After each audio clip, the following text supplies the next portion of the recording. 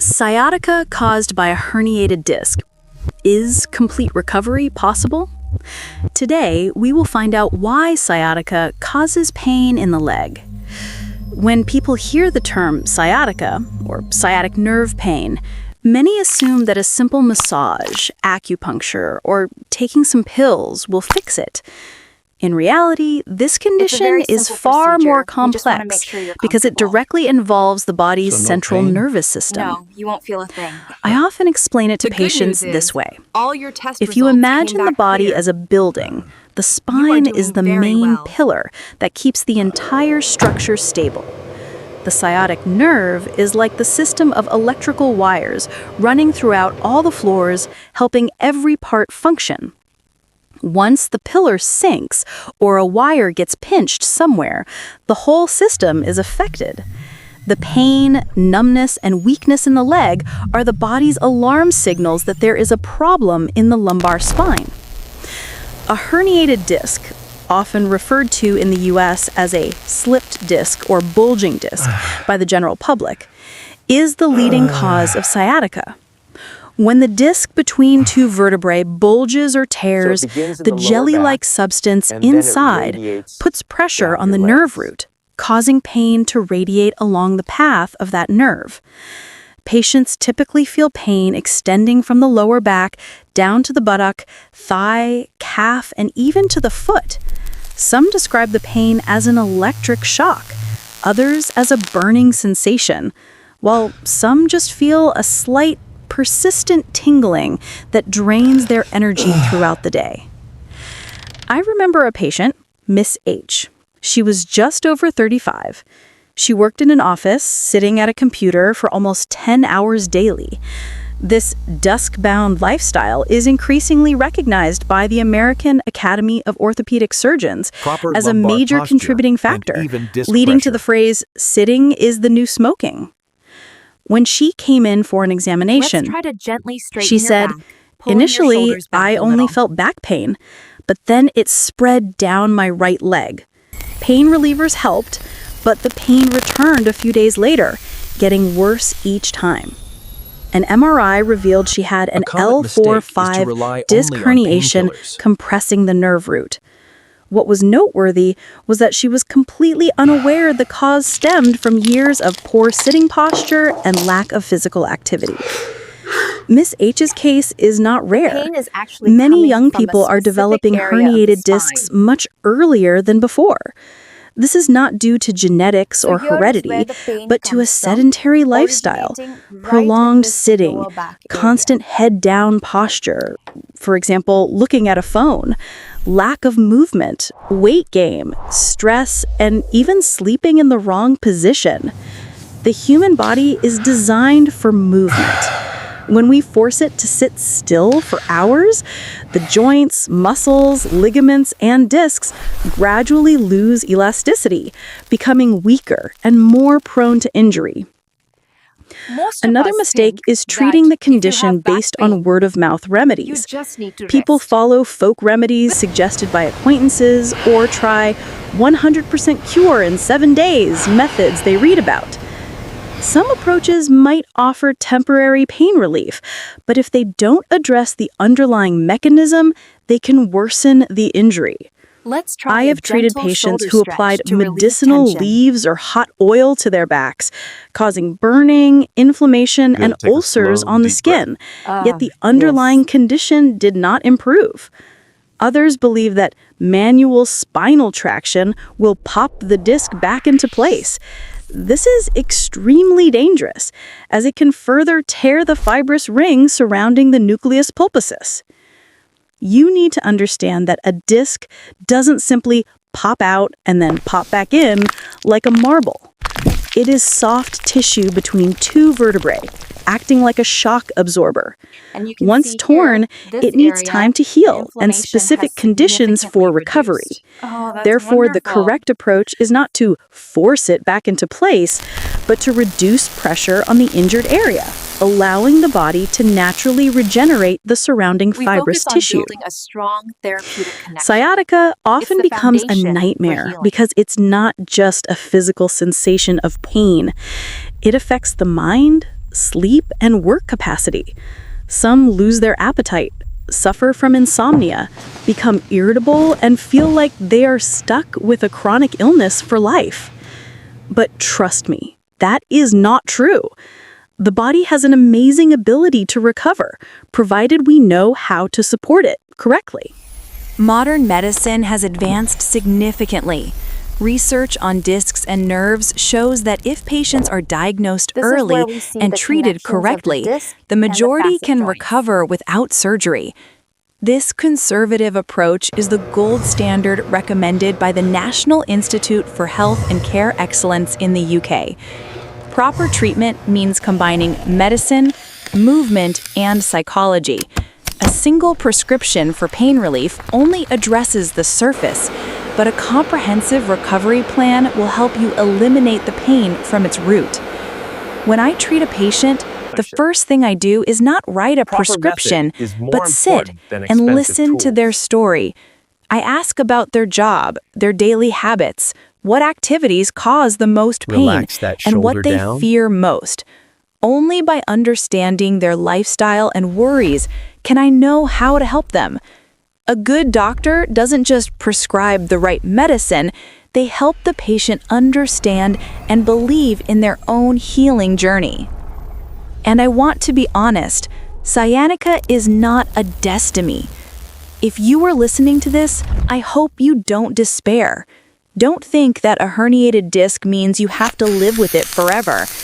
Major orthopedic centers in the US and Germany emphasize that the spontaneous resorption rate for disc herniations is very high, offering a hopeful outlook for most patients. Science today provides enough evidence that over 80% of herniated disc cases can recover without surgery, with persistence and the right approach. I want you to better understand the real reason why the pain radiates down the leg. The sciatic nerve is the longest nerve in the body, originating from the lumbar region, L4, L5, S1, passing through the buttock, thigh, calf, and extending all the way to the foot. When a segment of this nerve is compressed at its root, i.e., in the lumbar spine, the sensation of pain radiates along the entire path of that nerve. That is why many people don't feel much pain in their back, but their leg is numb, weak, or feels like an electric shock. You can imagine it this way. The nerve is like a fiber optic cable running from the back down to the foot. If it is, i.e., clamped at the source, the signal transmitted will be distorted or interrupted. The brain doesn't pinpoint the location of the compression, but only registers that there's a problem somewhere along the line, and you feel the pain at the furthest point, which is the leg. The pain can therefore radiate from the buttock, down the back of the thigh, the calf, and even to the heel or toes. Typically, when the L5 nerve root is compressed, the patient feels pain radiating to the top of the foot. If the S1 root is affected, the pain is mainly felt on the front of the thigh. Each injury location has its own signature, and the doctor's job is to find the correct pinched segment. Otherwise, we will treat in the wrong direction, for example, focusing on massaging the leg while the source is in the back. Many people make the mistake of only trying to relieve the pain where they feel it. They take nerve pain medication, apply patches, or massage the leg, unaware that the painful area is merely the result, not the cause. I once treated a construction worker. He said that every time he bent over, he felt numbness from his lower back to his heel, like an electric shock. In professions requiring heavy labor or prolonged sitting, common across Europe and the US, this misunderstanding, focusing on leg pain instead of the back's cause, is widespread. He said, "Maybe my leg is weak, but my back is fine." But the MRI showed the cause was an L5 S1 disc herniation compressing the sciatic nerve root. After 3 months of correct rehabilitation treatment, he walked normally, no longer needing medication. He said, Doctor, it turned out the pain in my leg was caused by my back. I never understood that before. I tell that story to show you that only by understanding correctly can we treat correctly. Another mistake is thinking that the pain will eventually go away with enough rest. In fact, sciatica is not like a superficial wound.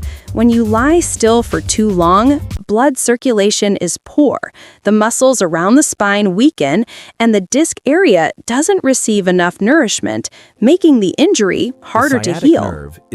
Furthermore, sitting or lying in the wrong posture can even double the pressure on the disc.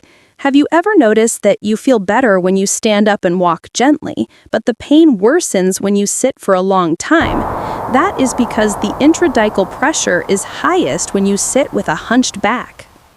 I always tell my patients, rest is necessary, but moving correctly is even more important. Movement here doesn't mean hitting the gym or lifting weights, but small yet regular movements. Gentle walking, stretching, back stretching exercises, and correct breathing.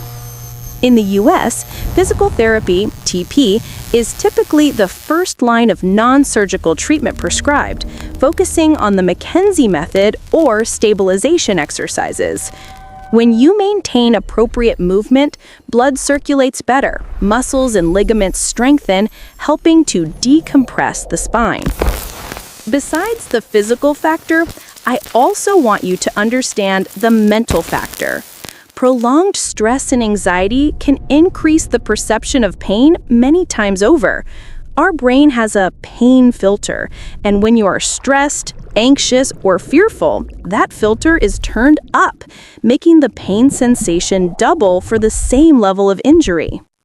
This connection between mental stress and physical pain is a key focus in holistic German spine clinics, where mind-body medicine is highly integrated. Studies show that people who constantly worry about their condition, fear paralysis, surgery, or not recovering, often recover more slowly.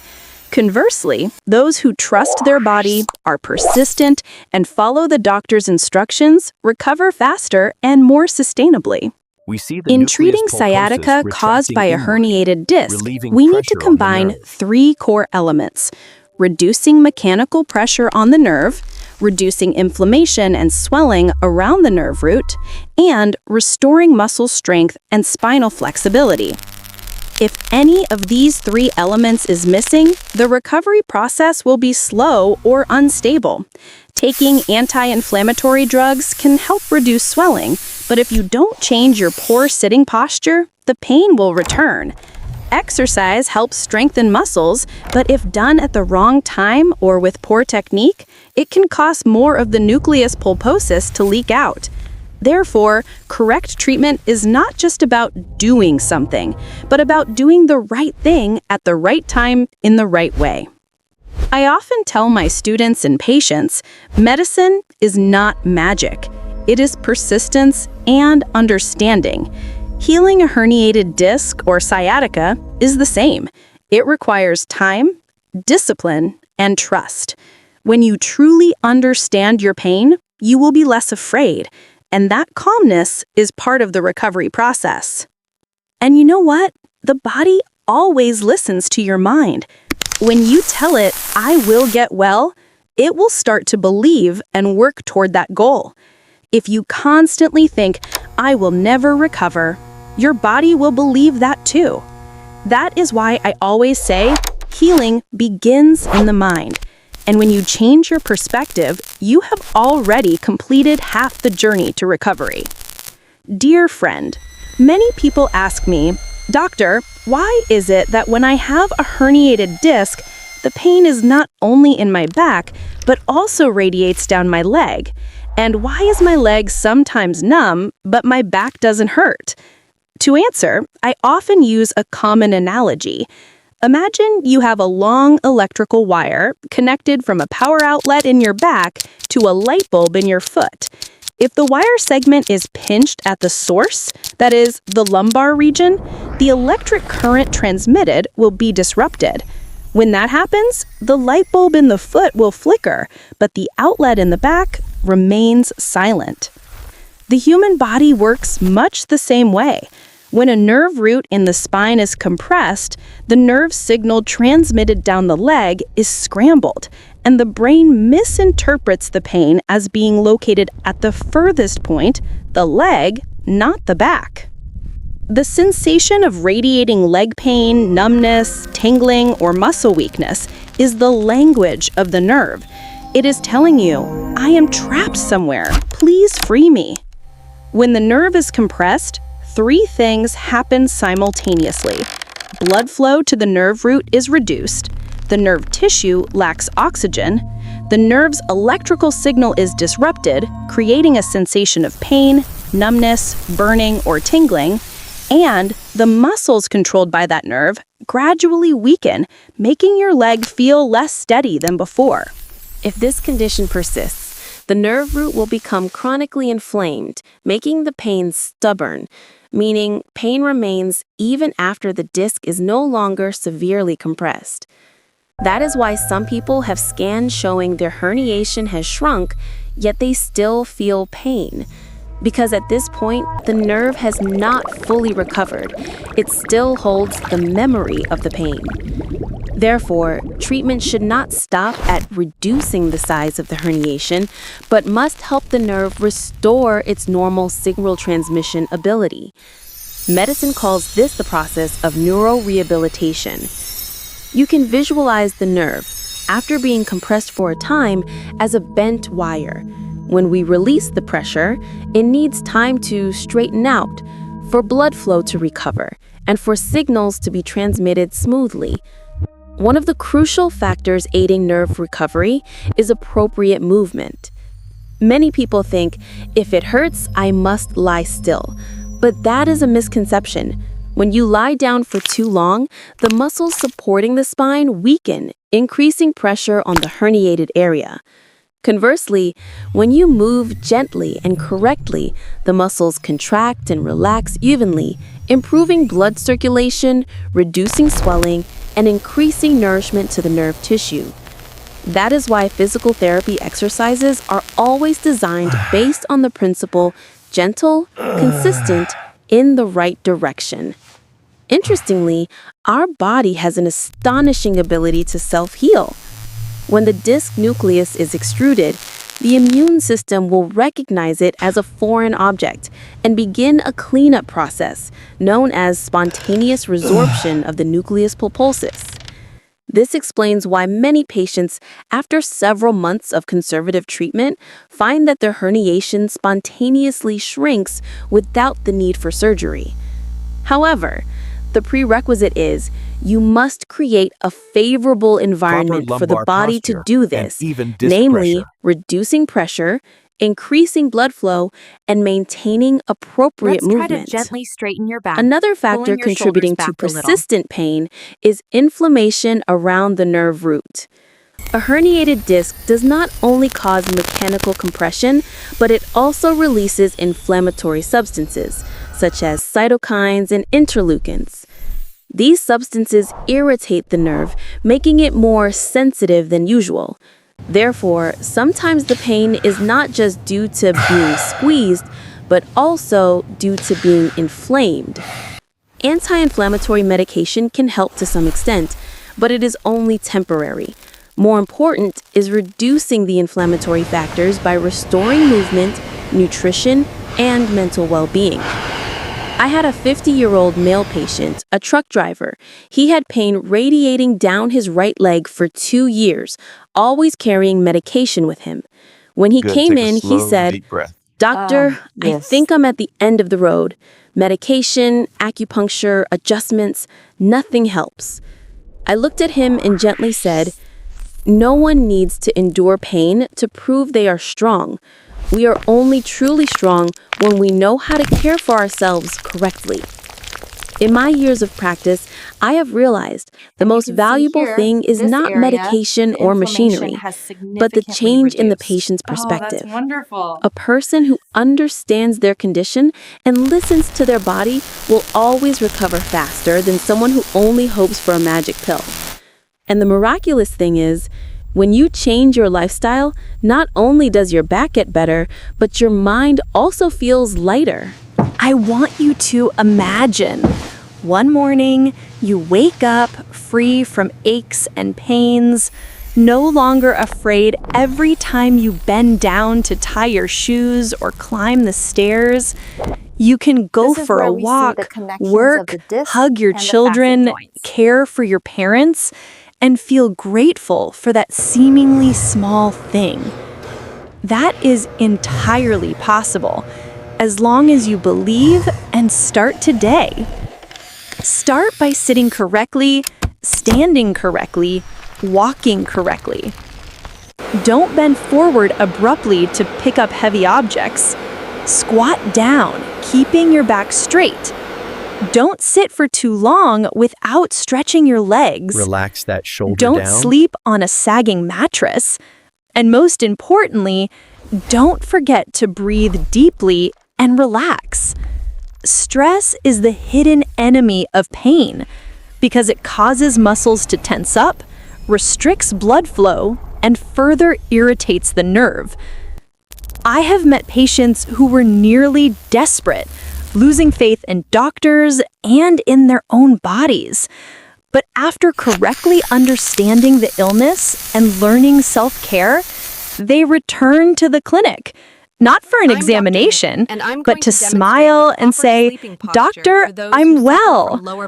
Those moments are why I still love my profession, still take the time to talk to each person like this, because I know one correct explanation can save a whole life. When you understand your pain, you will no longer fear it.